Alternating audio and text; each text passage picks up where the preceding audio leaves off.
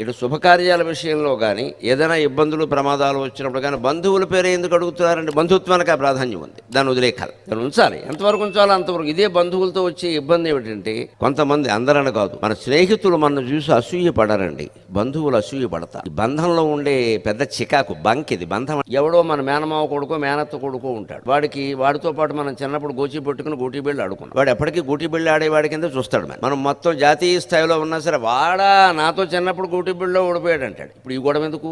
ఇదే బుద్ధి. ఈ మాట స్నేహితుడు అన్నాడు, అది ఆశ్చర్యం. స్నేహంలో ఉండే మాధుర్యం వేరు. స్నేహితుడు అన్నాడు. స్నేహితుడు మావాడు చాలా అభివృద్ధిలో ఉన్నాడు, సంతోషంగా ఉందండి, ఎన్ని కష్టాలు పడ్డాడండి అంటాడు వెంటనే. ఆ బంధుత్వ దృష్టి తప్పితే వేరే ఉండదు. ఇంకా అయితే నాతో ఎలా ఉన్నాడు, అంత గొప్పవాడైతే ఏంటి, మా ఇంట్లో మా అమ్మాయి పెళ్ళి అయితే గొప్పవాడు కాబట్టి రాలేదు.